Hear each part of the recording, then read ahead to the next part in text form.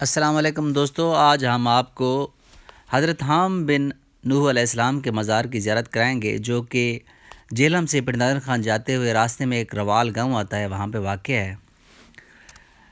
اس کی ہم آپ کو آج سیر کرائیں گے، کیونکہ یہ سارا واقعہ حضرت نوح علیہ السلام سے اور حضرت نوح علیہ السلام کے طوفان نوح سے جڑا ہوا ہے، تو اس کے بارے میں بھی تھوڑی سی بات کر لیتے ہیں۔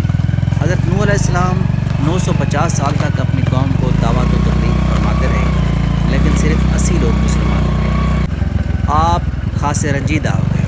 اللہ نے وحی نازل فرمائی کہ اللہ نے آپ کی کوشش قبول فرمائی ہے۔ آپ نے اپنے لوگوں کے لیے بد دعا فرمائی۔ اللہ پاک نے فرمایا، آپ اپنے چاہنے والوں کے ساتھ ایک بیڑے میں سوار ہو جائیں۔ آپ نے دعا فرمائی، یا اللہ اس روئے زمین پر ایک کافر کو نہ چھوڑنا۔ اللہ پاک نے آپ علیہ السلام کو اپنی نگرانی میں ایک کشتی بنانے کا حکم دیا۔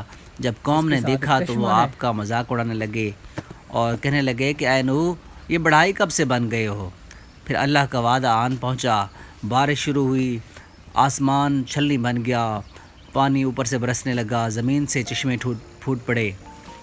حضرت نوح علیہ السلام کو حکم ہوا کہ ہر ایک جانور اور پرندے کا ایک جوڑا لے لو اور اس پہ سوار ہو جاؤ۔ تو آپ نے ان جانور اور پرندوں کا مختلف جوڑے لیے اور اس کے اوپر سوار ہو گئے۔ جب آپ ہر ایک جانور اور پرندے کا ایک جوڑا لے کر کشتی پہ سوار ہو گئے تو آپ کا ایک بیٹا تھا جو باہر تھا، آپ نے اسے کہا کہ تم بھی آؤ کشتی میں سوار ہو جاؤ۔ تو وہ کشتی میں سوار نہ ہوا، بلکہ ایک اونچے پہاڑ کے اوپر چڑھ گیا، تو وہاں پانی کی ایک بہت بڑی لہر آئی اور وہ اس میں غرق ہو گیا۔ آج ہم آپ کو حضرت حام علیہ السلام کے مزار کی طرف لے آئے ہیں۔ یہاں پہ دیکھیں، یہاں ایک بہت پرانے پیڑ کے درخت ہیں۔ اس کے علاوہ یہاں پہ ایک بہت پرانا قبرستان ہے، جو کہ یہ بتاتا ہے کہ یہ بہت پرانا مزار ہے۔ جب طوفان نوح تھم گیا تو کشتی ایک پہاڑ کے ساتھ جا کے لگی، جس کا ذکر ہے کہ جودی پہاڑ کے بارے میں۔ اب اس کے بارے میں بہت ساری روایات ہیں۔ کچھ لوگ کہتے ہیں کہ یہ ترکی میں واقع ہے، کچھ لوگ کہتے ہیں کہ یہ جو کوہستان نمک جو یہ پہاڑ ہیں واللہ عالم بالصواب۔ اس کے بعد حضرت نوح علیہ السلام کی اولاد پر میں اللہ پاک نے برکت فرمائی اور وہ زمین پر پھیل گئے۔ حضرت حام علیہ السلام حضرت آدم علیہ السلام کی 10ویں نسل میں سے ہیں، اور حضرت نوح علیہ السلام کے پردادا کا نام حضرت ادریس علیہ السلام تھا، جیسا کہ اس شجرہ نسب میں آپ دیکھ سکتے ہیں۔ اس کے علاوہ مزار مبارک کی جو نشاندہی ہے 1891 میں حافظ شمس الدین آف کلیانہ گجرات نے کی، اور اس کے بعد اس کو مزار پختہ کرنے کی بعد میں جو ہے وہ کام ہوا 1994 میں۔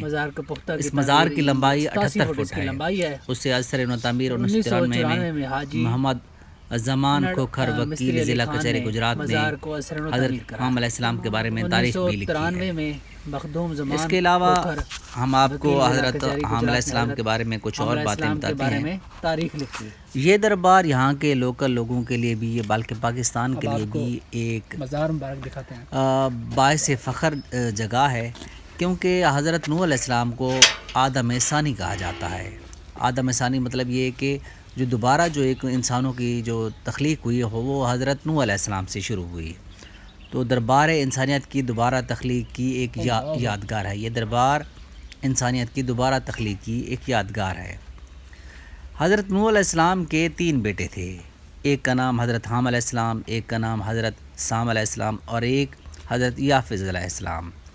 حضرت یافز علیہ السلام سے سنٹرل ایشیا یعنی یورپ سے لے کر چائنا تک جو بھی یعنی کہ آبادی ہے وہ ان کی نسل میں سے بتائی جاتی ہے، اور حضرت حام علیہ السلام سے انڈیا، پاکستان، سری لنکا اور انڈو ایران، عراق وغیرہ کے جو آبادی ہے وہ حضرت حام علیہ السلام میں سے بیان کی جاتی ہے۔ اس کے علاوہ حضرت یافن بن نوح علیہ السلام کے 11 بیٹے تھے، جن کے نام یہ ہیں: روس، چین، سکلاق، کماری، خلق، ترک، اور اس طرح سے نیچے جو ہے نا یہ سدسان، یارج، منشج، خرد اور غر، یہ حضرت یافز علیہ السلام کے بیٹوں میں سے تھے۔ اس کے علاوہ ایک اور مزار بھی ہے یہاں پہ حضرت کنبیت علیہ السلام کا، جو کہ گجرات میں ہے، وہ بھی تقریباً 72 گز لمبا ہے۔ حضرت حام علیہ السلام کی عمر مبارک 536 برس تھی۔ اس کے علاوہ حضرت سام بن نوح علیہ السلام کے بھی بیٹوں کے نام اس کے اوپر لکھے ہوئے ہیں، اور حضرت سام علیہ السلام کے بیٹوں کے نام بھی لکھے ہوئے ہیں، جو کہ حضرت نوح علیہ السلام کے 3 بیٹے تھے۔ یہ حضرت سام بن نوح علیہ السلام کے 9 بیٹے تھے، جو کہ اس میں بتایا گیا ہے۔ مزار جو ہوتا ہے وہ یہ نشاندہی کرتا ہے، یہ بتاتا ہے کہ یہ انسان کبھی زندہ تھا۔